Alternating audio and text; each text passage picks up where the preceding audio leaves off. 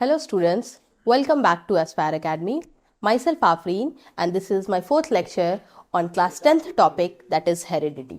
ठीक है, इस लेक्चर में हम बात करेंगे ट्रांसमिशन ऑफ ट्रेड्स के बारे में. ठीक है, ऑलरेडी हमने मोनोहाइब्रिड, डाईहाइब्रिड क्रॉस और लॉज ऑफ इनहेरिटेंस के बारे में स्टडी किया है. अब आगे how the transmission of the characters takes place, कैसे ट्रेड या कैरेक्टर्स हमारे पेरेंट्स से हमें मिलते हैं, that all we will study in this lecture.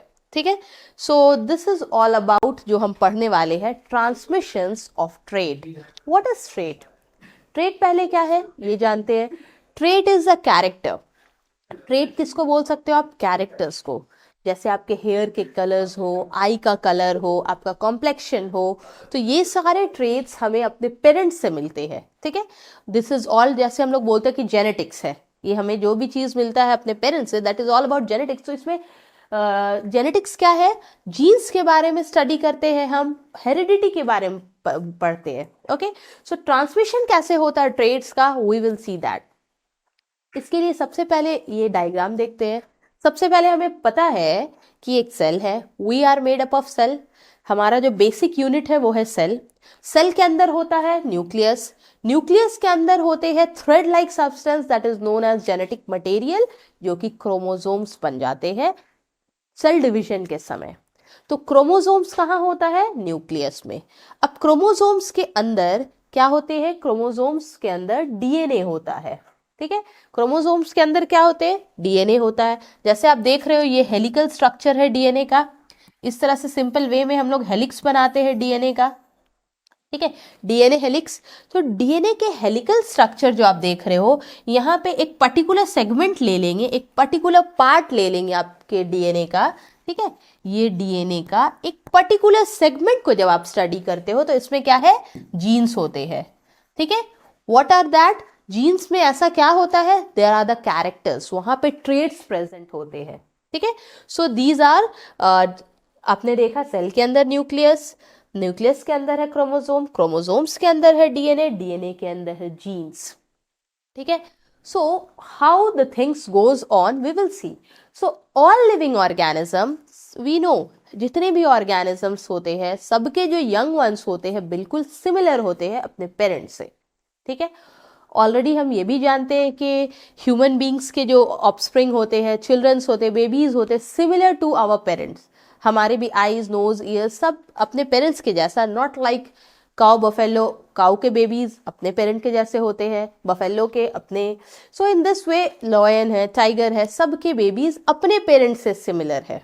ठीक है, so this is the thing how the. अब बात आती है कि पेरेंट्स से तो सिमिलर है, अब ट्रांसमिशन ऑफ ट्रेड कैसे होता है, ये इसके लिए रिस्पॉन्सिबल है जीन्स.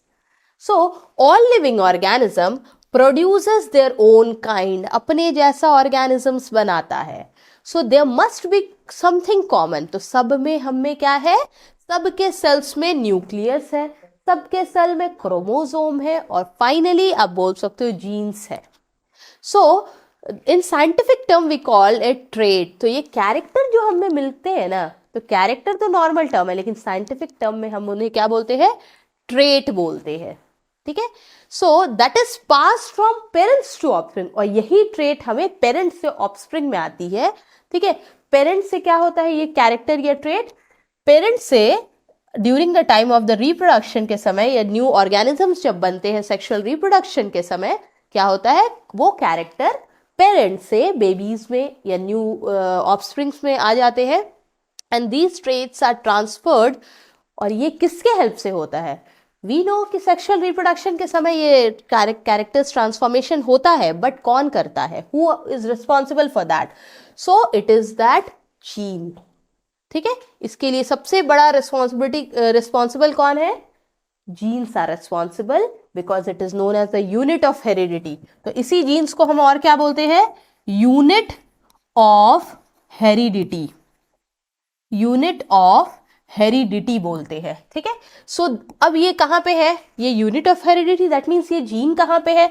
जैसे आप देख रहे हो ये जीन इसी क्रोमोसोम के अंदर है, that is the nucleus. So genes are located on the chromosomes. ठीक है, क्रोमोसोम्स के अंदर होते हैं। So what are genes? Unit of, सबसे पहला हमें याद रखना है कि that is the unit of heredity. दूसरी बात है कि what are genes? They are located in the linear fashions. Linear fashion में इस तरह से यहाँ पे आपके जीन्स लोकेटेड होते हैं at the different locus on the DNA segments. ये देख रहे हो, ये अलग अलग पोजीशन है। तो एक पेयर, जैसे हमारा आई का कलर का जीन होगा, तो वो एक यहाँ पे आई का कलर है, जैसे ब्लैक कलर हो, ठीक है। Let's make it easy. So see what will make a DNA segment, ठीक है। अब देखना कि जो हमारे जीन्स है वो कहाँ पे प्रेजेंट होते हैं, एग्जैक्ट एक ही लोकस पे। ये आई कलर का जीन है, मान लो आई कलर का जीन है हमारा। हाइट का जीन वो अलग लोकस पे, यहाँ पे टॉलनेस के लिए है, इधर ड्वार्फनेस के लिए है, इधर आई का कलर ब्लैक के लिए है, इधर ग्रे है। सो दो कंट्रास्टिंग पेयर्स होते हैं, ठीक है, दो कंट्रास्टिंग पेयर्स होते हैं हमारे जीन्स के, जिसको हम अलील बोल, contrasting pair is known as allele. तो दो अलील, या तो टॉल या तो ड्वार्फ।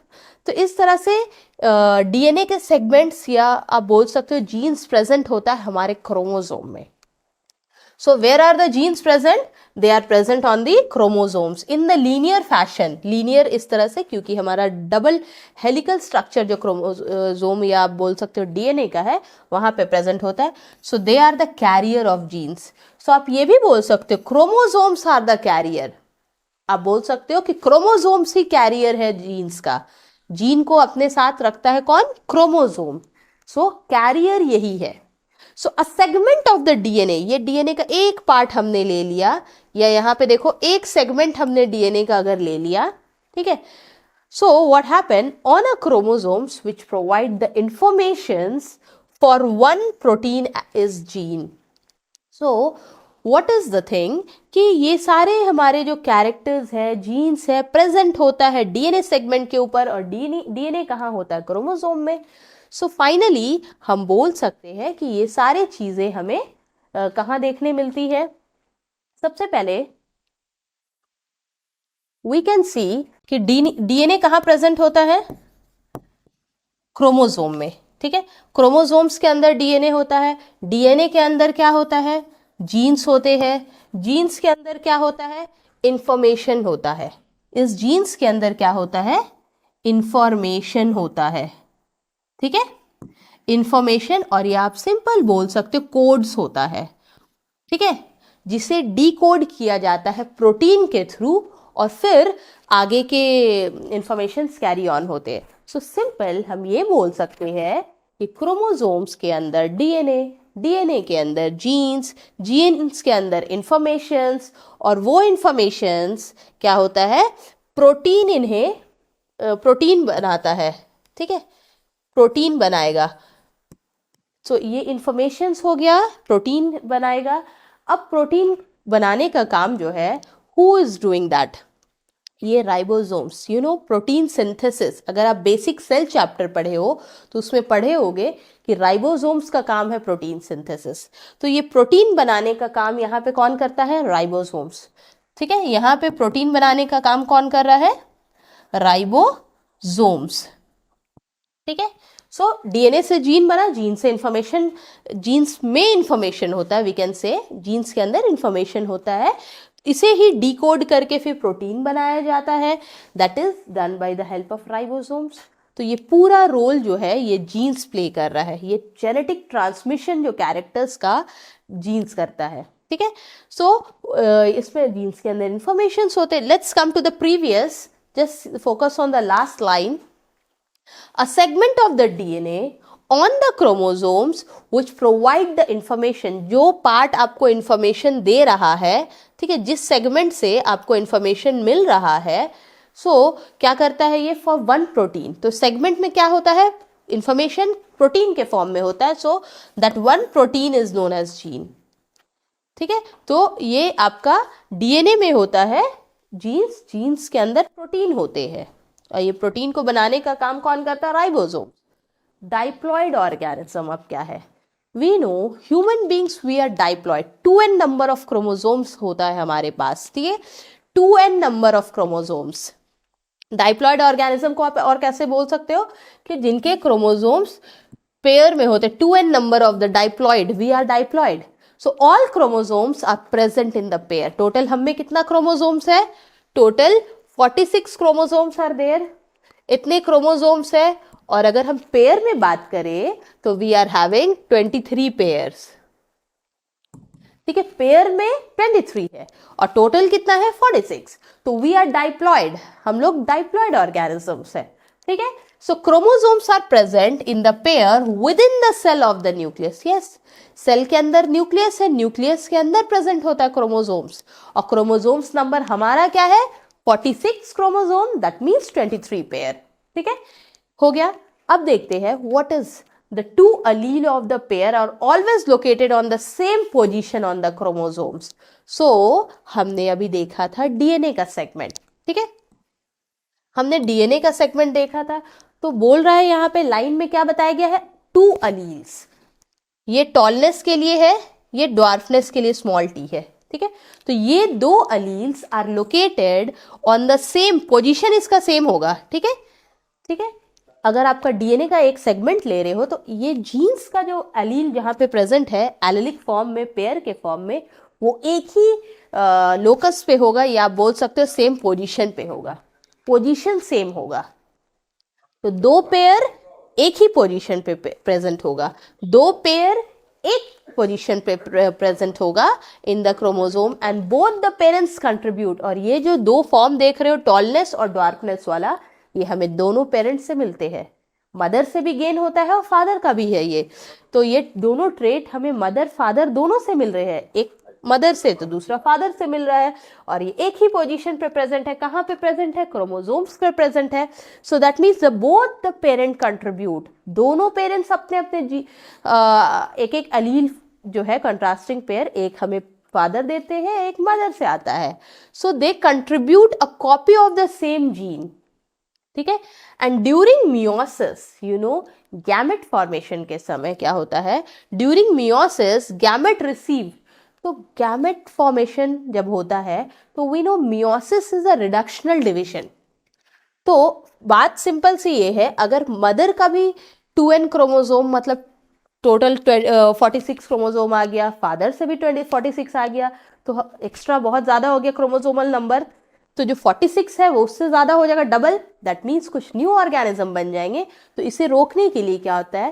Cell division. जब यहाँ पे गैमेट का फॉर्मेशन होता है तो रिडक्शन डिवीजन होता है, जिसे बोलते हैं मियोसिस।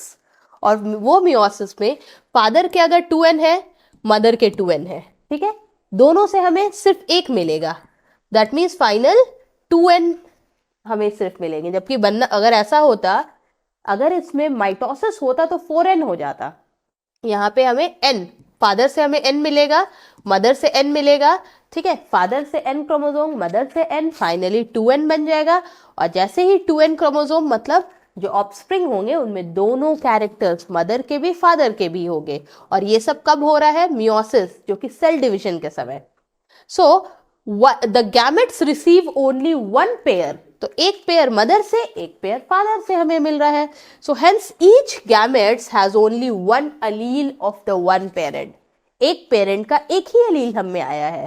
ठीक है, so this is all about the chromosomes number. So अगर हम लोग डिटेल में देखें तो हमारे क्रोमोसोम्स कैसे, so the 2 germ cells combined, दोनों पेरेंट से nn, ये गैमेट फादर से आया, ये मदर से आया, दोनों कंबाइन किया, 2n बना। मतलब जो न्यू ऑफस्प्रिंग बनेंगे, जो जाइगोट बनेंगे, उनके पास दोनों पेरेंट के एक एक पेयर ऑफ अलील आया है। ठीक है, दोनों पेरेंट से एक ही पेयर आया है। एक फादर से एक पेयर आया है, मीन्स दोनों नहीं, एक पार्ट, दूसरा वाला पार्ट मदर से आया है। सो दे कंबाइंड। और जब कॉम्बिनेशन होता है तब आप देखते हो कि अगर ये फादर से, मान लो टॉल है फादर, फादर से कैपिटल टी आ गया, मदर से स्मॉल टी आ गया, फाइनली जो जाइगोट है ये कैपिटल टी और स्मॉल टी का कॉम्बिनेशन बनेगा। मतलब टी वाला अपने आप को डोमिनेटिंग रखेगा और ड्वार्फनेस छिपा हुआ होगा। हो सकता है उसके आगे के जनरेशन में कोई चाइल्ड हो जो कि ड्वार्फ हो, बट ये जो ऑफस्प्रिंग बनेगा ये डोमिनेटिंग टॉल रहेगा। So the two germ cell combine and they will restore the normal number. देखो n will combine 2n, जो कि पेरेंट का है, फिर 2n पेयर जो था, ऐसा नहीं कि फादर से 2n पूरा आ गया, मदर से 2n आ गया, नो, ओनली सिंगल n, मतलब क्रोमोसोम्स आएंगे सिंगल पेयर, फिर फाइनली वो मर्ज होके कंबाइन होता है and then you can see normal number of the chromosomes is maintained. और ये हुआ क्यों? मियोसिस के वजह से. ठीक है. एंड स्टेबिलिटी ट्रेवल्स, तो ये स्टेबिलिटी मेंटेन होता जाता है, वरना तो आगे के जितने जनरेशन बढ़ते जाएंगे क्रोमोसोम नंबर और बढ़ता जाएगा. तो मियोसिस, रिडक्शन, डिवीजन इसमें बहुत हेल्पफुल होता है ताकि क्रोमोसोम्स नंबर मेंटेन हो. और क्रोमोसोम्स नंबर मेंटेन रहेगा, नॉर्मल रहेगा, स्टेबल रहेगा, तो क्या होगा, जो ऑफस्प्रिंग बनेंगे वो उसके भी क्रोमोसोम सेम हो गए, मतलब एक ही प्रजाति के हम सब रहेंगे. ठीक है. So the characteristics does on the chromosomes. So characteristics कहाँ present होता है? Are present on the chromosomes. So they are being transmitted physically. So they are being transmitted. Characters transmit हो रहे हैं and genes are the physical basis of the heredity. तो आप ये भी बोल सकते हो ये physically transmission हो रहा है and the genes are, जो transmission है वो आपको दिख रहा है. आपको दिख रहा है जो पेरेंट्स से टॉलनेस आया है मेरे पास या डॉर्फनेस, तो वो आपको फिजिकली दिख रहा है, तो you can say transmitted physically and the genes are, तब आप फाइनल एक कंक्लूजन पे आ सकते हो that physical basis of heredity, जो जीन्स है फिजिकल बेसिस ऑफ हेरिडिटी है. एज क्रोमोसोम के अंदर है डीएनए सेगमेंट के अंदर जीन्स है, तो आप बोल सकते हो फिजिकल बेसिस ऑफ हेरिडिटी कौन है? जीन्स. और unit of heredity genes, physical basis of heredity again genes. So all is about gene. ये पूरा रोल जीन का है. जीन ही है जो कैरेक्टर ट्रांसमिट करता है पेरेंट्स से ऑफस्प्रिंग में. ठीक है. So let's see what more. अब हम देखेंगे, अब ऑफस्प्रिंग में मियोसिस के थ्रू हमें जो क्रोमोसोम नंबर है वो रिड्यूस होता है और बैलेंस मेंटेन रहता है हमारे क्रोमोसोम नंबर का. दोनों पेरेंट्स के हाफ क्रोमोसोम्स हम में आते हैं, फुल नहीं आते हैं. उसके बाद अब देखेंगे नेक्स्ट आता है सेक्स डिटर्मिनेशन. मीन्स जो ऑफस्प्रिंग बनेगा सेल डिवीजन के बाद, सेक्सुअल रिप्रोडक्शन, सेल डिवीजन, जो कि मियोसिस के बाद ऑफस्प्रिंग जो बनेगा it will be of which sex. But here we will see sex, पहले देखते हैं sex determination in lower animals. छोटे एनिमल्स जैसे लोअर एनिमल्स की अगर हम बात करें तो दैट मीन्स हम बात करते हैं इंसेक्ट्स की. ठीक है. इंसेक्ट्स बोल लो, रेप्टाइल्स बोल लो, देन बर्ड्स, भी few birds also you can take. Silk worm ले लो, कैमेलियन. ठीक है. तो ये सारे, स्नेल, ये सब ऑर्गेनिजम्स की बात हो रही है यहाँ पे, जिनमें जो सेक्स डिटर्मिनेशन होता है it is not based on genetics. ठीक है. It is not based on the genetically और क्रोमोसोम्स पे बिल्कुल बेस्ड नहीं होता. इसमें जो लोअर ऑर्गेनिजम्स का सेक्स डिटर्मिनेशन होता है तो नॉट ऑन जेनेटिक बेसिस, कोई जेनेटिक्स इसमें प्ले नहीं करता कोई भी रोल. यहाँ पे मेन रोल जो प्ले करता है सेक्स डिटर्मिनेशन में लोअर ऑर्गेनिज्म में वो होता है temperature and environmental factor. Temperature and environment. ठीक है. इन्वायरमेंट, टेम्परेचर, सराउंडिंग का कैसा एटमॉस्फेयर है, सो ऑल ये सब चीज़ें डिसाइड करेंगी लोअर ऑर्गेनिज्म में कि ये मेल ऑफस्प्रिंग बनेगा या फीमेल बनेगा. बिल्कुल ह्यूमन बींग से अलग है. ठीक है. So, in most of the sexually reproducing organism, male and the female reproductive organs are present separately. हाँ, पढ़ा है हमने फ्रॉग में मेल और फीमेल रिप्रोडक्टिव स्ट्रक्चर है वो अलग अलग प्रेजेंट होते हैं. मेल फ्रॉग अलग है, फीमेल फ्रॉग अलग है. ठीक है. So different animal have different methods of sexual determination. तो सेक्स डिटर्मिनेशन का आइदर वो मेल ऑफस्प्रिंग बनेगा या फीमेल ऑर्गेनिज्म बन के रेडी होगा. तो ये डिपेंड करता है बहुत सारे चीज़ों पे और हर ऑर्गेनिजम्स का आप एक नहीं बोल सकते हो. अलग अलग तरीके से इन ऑर्गेनिजम्स में आप देखोगे. इन सम एनिमल्स लाइक टर्टल, अगर टर्टल की बात करो तो वहाँ पे टेम्परेचर, ये टर्टल में क्या होता है ना, टेम्परेचर, जितना ज़्यादा टेम्परेचर हाई होगा और लो होगा उसके बेसिस पे आप देखोगे फर्टिलाइजेशन ऑफ द एग्स में फर्क पड़ता है। और if the eggs are incubated at lower than 28 degree, अगर टेम्परेचर बहुत कम है, अगर ये टर्टल का एग है और वहाँ का टेम्परेचर बहुत कम है, सो क्या बनेगा, मेल टर्टल बन जाएगा। और टेम्परेचर इज ओवर 33 से ऊपर का टेम्परेचर, बहुत गर्मी है, 33 डिग्री टेम्परेचर उससे ज़्यादा है, तो फीमेल टर्टल बन जाएंगे। ठीक है, और अगर कम है तो मेल टर्टल। वैसे ही अगर देखना, अब देखोगे सिल्क वॉर्म है, ज़्यादा फूड चाहिए फीमेल को, तो अगर फूड अच्छे से अवेलेबल है, अवेबिलिटी ऑफ फूड है, अगर अवेबिलिटी ऑफ फूड है अच्छे से, प्रॉपर फूड सब कुछ है, तो फीमेल सिल्कवॉर्म बनेगा। अगर फूड बहुत ज़्यादा नहीं मिल पा रहा है, मौसम सही नहीं है, खाना ज़्यादा नहीं है, तो मेल सिल्कवॉर्म बन जाएगा। तो इन दिस बेसिस बहुत सारे ऑर्गेनिजम्स टेम्परेचर, इन्वायरमेंटल फैक्टर और अवेबिलिटी ऑफ फूड की अवेबिलिटी पे उनका सेक्स डिटर्मिनेशन होता है कि किस तरह के मेल बनेगा या फीमेल ऑर्गेनिज्म बनेगा। ओके, अब देखते हैं कि किस तरह से ऑर्गेनिजम्स, ह्यूमन बींग्स में सेक्स डिटर्मिनेशन कैसे होता है। Either the child will B boy और अ गर्ल, ठीक है, कैसे डिटरमाइन करते हैं। So sex determination in the human beings की अगर हम बात करें कि जो न्यूली बॉर्न चाइल्ड होगा वो मतलब लड़का बॉय होगा या लड़की होगी, सो व्हाट इज दैट, कैसे, किस बेसिस पे आप डिसाइड कर सकते हो। ठीक है, so let's see determination of sexes in the individual, either male और फीमेल। तो इसका जो प्रोबेबिलिटी है, चांसेस है, किस चीज पे डिपेंड करता है।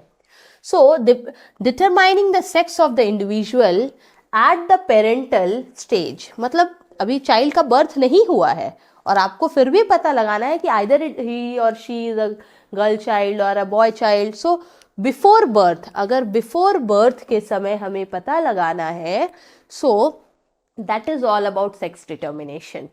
ठीक है, इसी चीज को बोलते हैं सेक्स डिटर्मिनेशन। ठीक है, so what happen, we know the number of the organism, we have a specific pair of the chromosome. अगर ह्यूमन बींग्स की बात करें तो हमारा क्रोमोसोम नंबर अलग है, लॉयन का क्रोमोसोम नंबर अलग है, ठीक है, टाइगर हो गया उनका क्रोमोसोम नंबर। तो क्रोमोसोम्स नंबर एक स्पीशीज के एक जैसे होते हैं, मीन्स एक प्रजाति का अगर एनिमल है, ऑर्गेनिज्म है, तो उसके क्रोमोसोम नंबर एक ही होंगे। ठीक है, अगर क्रोमोसोम नंबर में थोड़ा भी डिफरेंसेस आ गया तो मीन्स कुछ नए प्रजाति बन जाएंगे, जैसे कि एप, मंकी, इनका जो क्रोमोसोम नंबर है हमारे 46 जो हमारा है उससे आसपास है, दैट मीन्स नियर अबाउट है, अप्रॉक्स उसी रेंज में है, because they are, we know ना कि हमारे एंसेस्टर रह चुके हैं, this apes and all, so mostly we are having many similarities. ठीक है, they are also mammals and many similarities are among we, monkeys, all these. Why? Because हमारे chromosomes number में थोड़ा बहुत का difference है। ठीक है, next, the number of the organism, they are having one specific pair of chromosome। तो हम सब के पास ऐसे chromosomes होते हैं जो डिटरमाइन करता है कि what sex the organism will have, either male होंगे या फीमेल होंगे। तो ये रोल कौन प्ले करता है, स्पेसिफिक एक क्रोमोसोम्स। ठीक है, वन स्पेसिफिक क्रोमोसोम्स होते हैं हमारे पास, जिसको बोलते हैं सेक्स क्रोमोसोम। सबसे पहले सिंपल वे में अगर देखो तो हमारे पास टोटल कितने क्रोमोसोम्स है, 46 क्रोमोसोम्स। ठीक है, ह्यूमन बींग्स के पास कितने क्रोमोसोम्स होते हैं, क्रोमोसोम्स, ठीक है, हाँ, 46 हमारे पास क्रोमोसोम है। तो अगर 46 अगर आप देखोगे, that means 23 pairs of the chromosome we are having. उस 23 पेयर में आप देखना कि 22 जो हमारे क्रोमोसोम्स होते हैं वो ऑटोसोम्स बोलते हैं उन्हें। ठीक है, 23 पेयर्स ऑफ द क्रोमोसोम्स का नाम क्या है, ऑटोसोम्स, ऑटोसोम्स। और एक पेयर अलग, ये 22 को एक साइड कर लो, टोटल हमारे पास 23 पेयर में है, 22 को आप सेपरेट कर लो और एक को अलग कर दो। ठीक है, एक पेयर अलग हो गया, तो 1 क्रोमोसोम्स एक पेयर है, ओके, नॉट 1 सिंगल। तो ये 1 पेयर जो है वो होता है sex chromosomes. Okay, 1 pair is sex chromosome. तो 22 आपका ऑटोसोम है और 1 सेक्स क्रोमोसोम का पेयर है, ठीक है। अब यही 1 सेक्स क्रोमोसोम का पेयर डिसाइड करेगा whether the child will be newly which is going to be born, so वो either it will be boy child or girl child, ठीक है। So that 1 specific pair of the chromosome को आप क्या बोलते हो, sex chromosome. So total 23 pair है, of which 1 pair, देखो टोटल 22 आपका एक साइड है, ऑटोसोम है, एक सिर्फ आपका है सेक्स क्रोमोसोम। अब ये ऑटोसोम का क्या रोल है, जैसे हमारे आई का कलर, हमारे हेयर का कलर, हमारा मेटाबॉलिज्म, ठीक है, हमारे बॉडी का जो सिस्टम है, सारे स्किन का कलर, टॉलनेस, ये सब आपका आता है 22 क्रोमोसोम्स है, वो ये सब पे वर्क करेगा। ये जो 22 ऑटोसोम्स है, ठीक है, ये डिसाइड करेंगे आपका skin colour, hair colour, metabolism, height, tallness, everything, ठीक है। नोज का स्ट्रक्चर फादर से सिमिलर है कि नहीं है, ये सारे चीज ये ऑटोसोम देखेगा। एक पेयर जो सेक्स क्रोमोसोम्स का है वो डिसाइड करेगा either the child will be girl और अ बॉय। यही है सेक्स क्रोमोसोम्स, 1 पेयर जो कि डिटर्मिनेशन ऑफ सेक्स में मेन रोल प्ले करता है।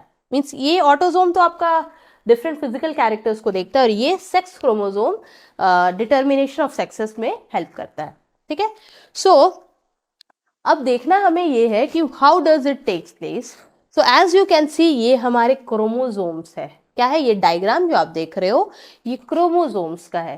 As already again and again I am saying 23 pair है हमारे क्रोमोसोम का, 23 pair of the chromosome, 1 pair 2 3 4 5 6 7 8 9 10 in this way so on, total 22 तक आ गया। तो ये पूरा 22 आपका है autosomes.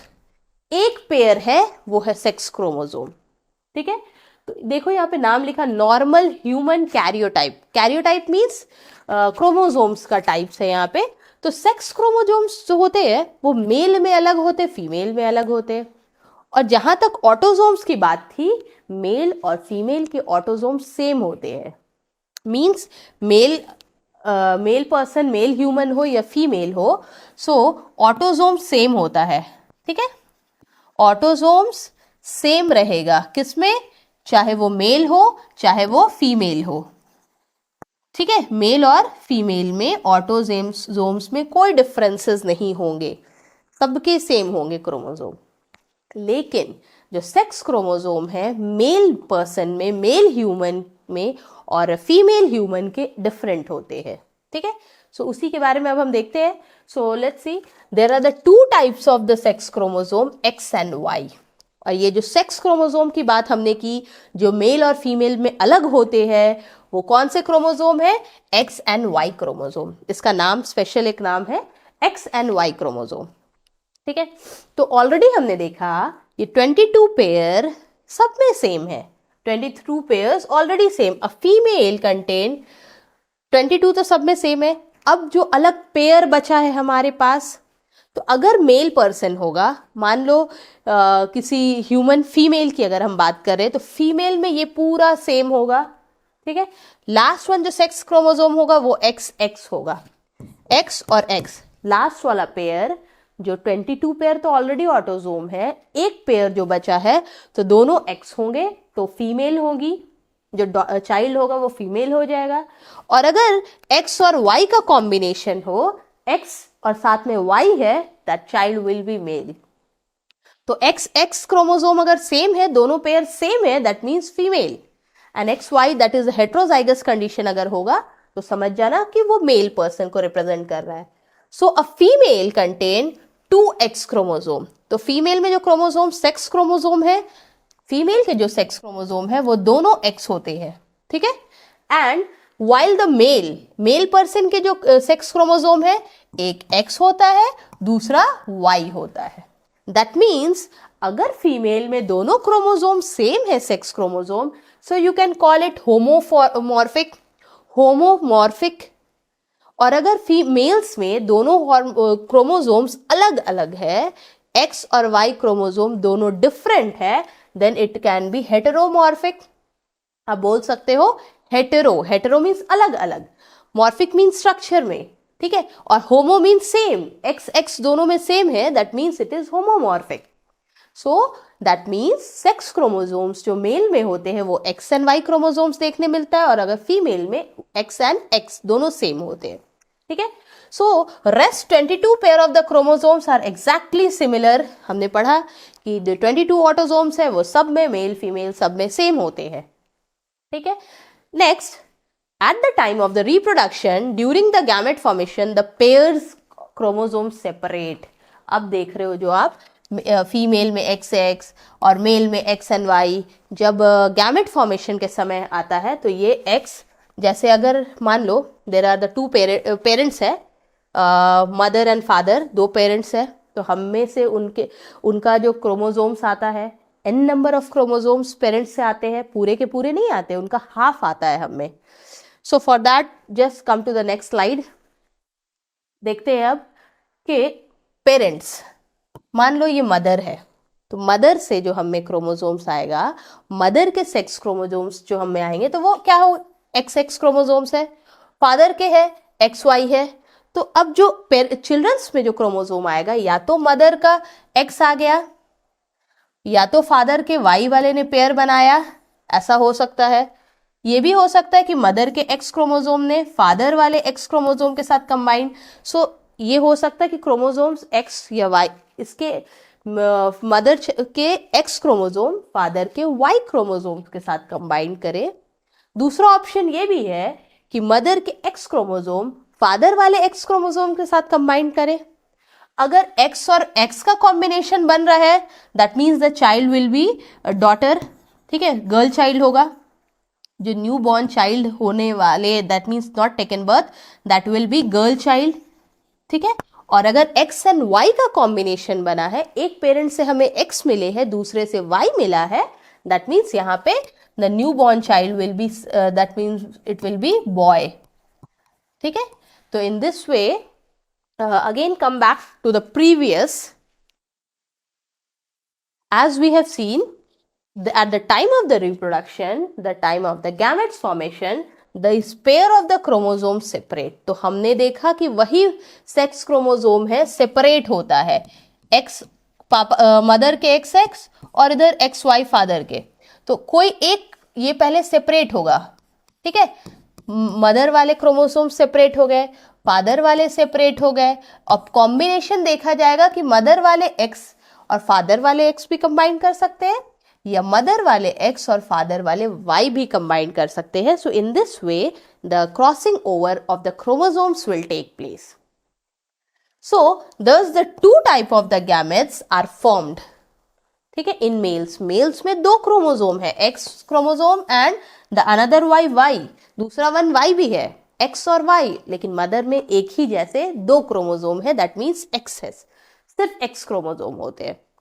So half of the male gametes or the sperm cells carry X chromosomes, means father में X और Y दोनों chromosomes है, that means we can say that half of the male gametes में X chromosome होंगे और rest all will have Y chromosome।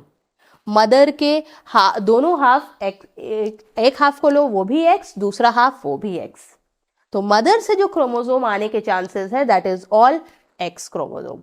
Father से जो हमें क्रोमोसोम्स मिलते हैं वो दो ऑप्शन है आपके पास, तो मदर से जो क्रोमोसोम्स आने का चांसेस है उसमें कोई ऑप्शन नहीं है, only X chromosome will come.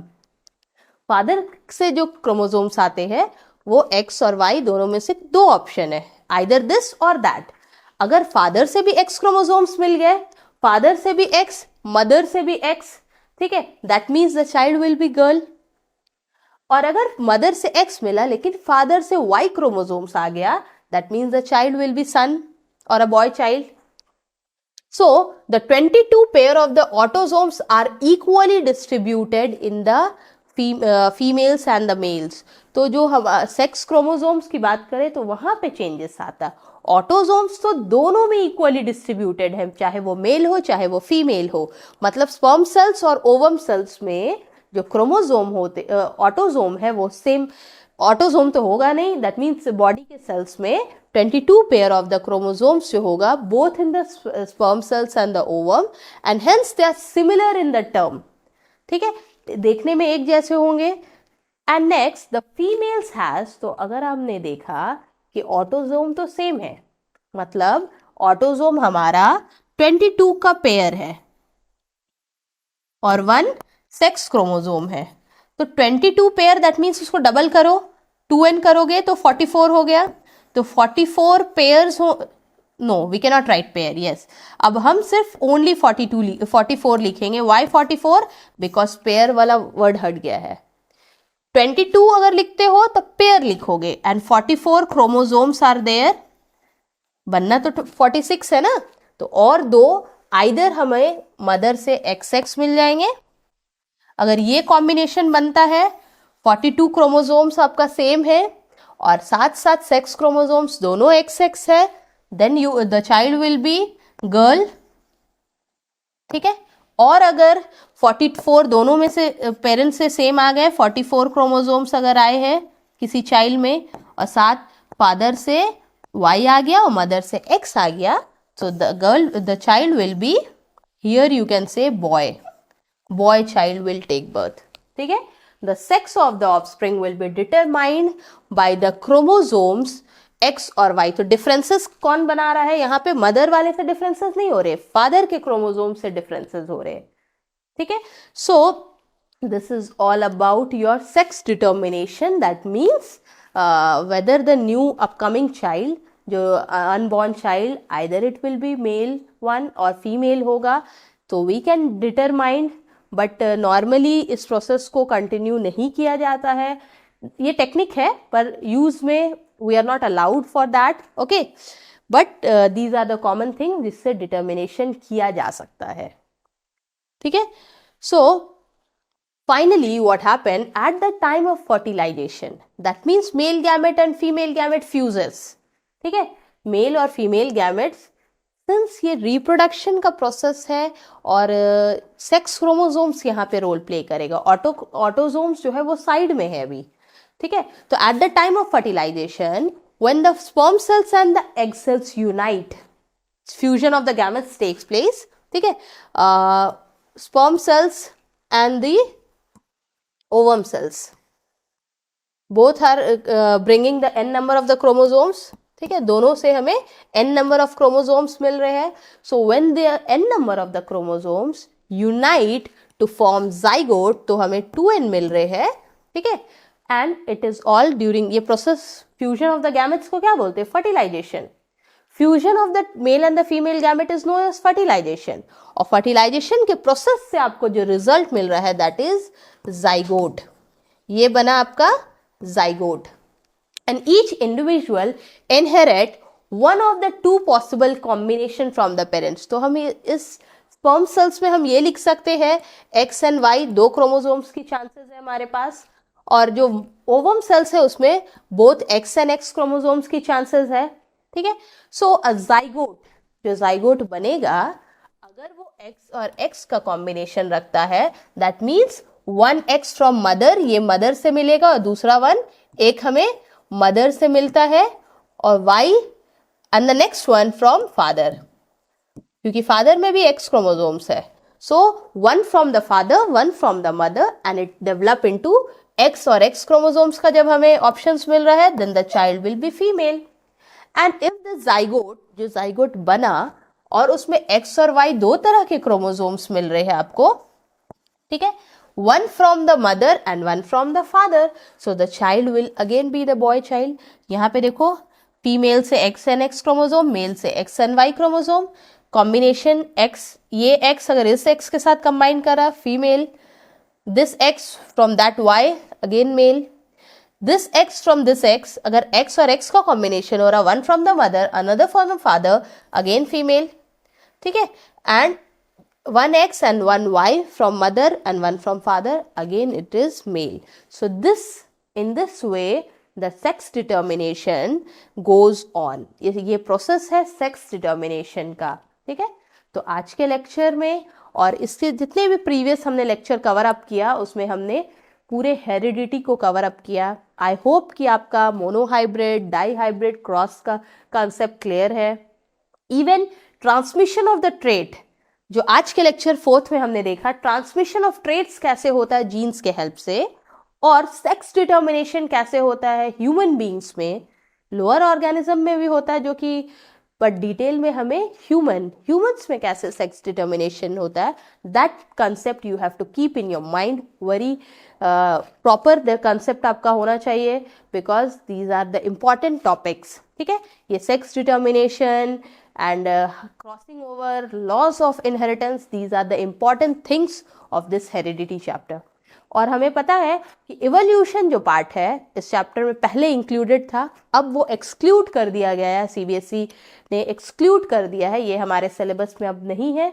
So we will not go for that, हम सिर्फ हेरिडिटी पढ़ेंगे। ठीक है, I hope you like the explanation. और अगर वीडियो अच्छा लगा है then just go for like and subscribe the channel.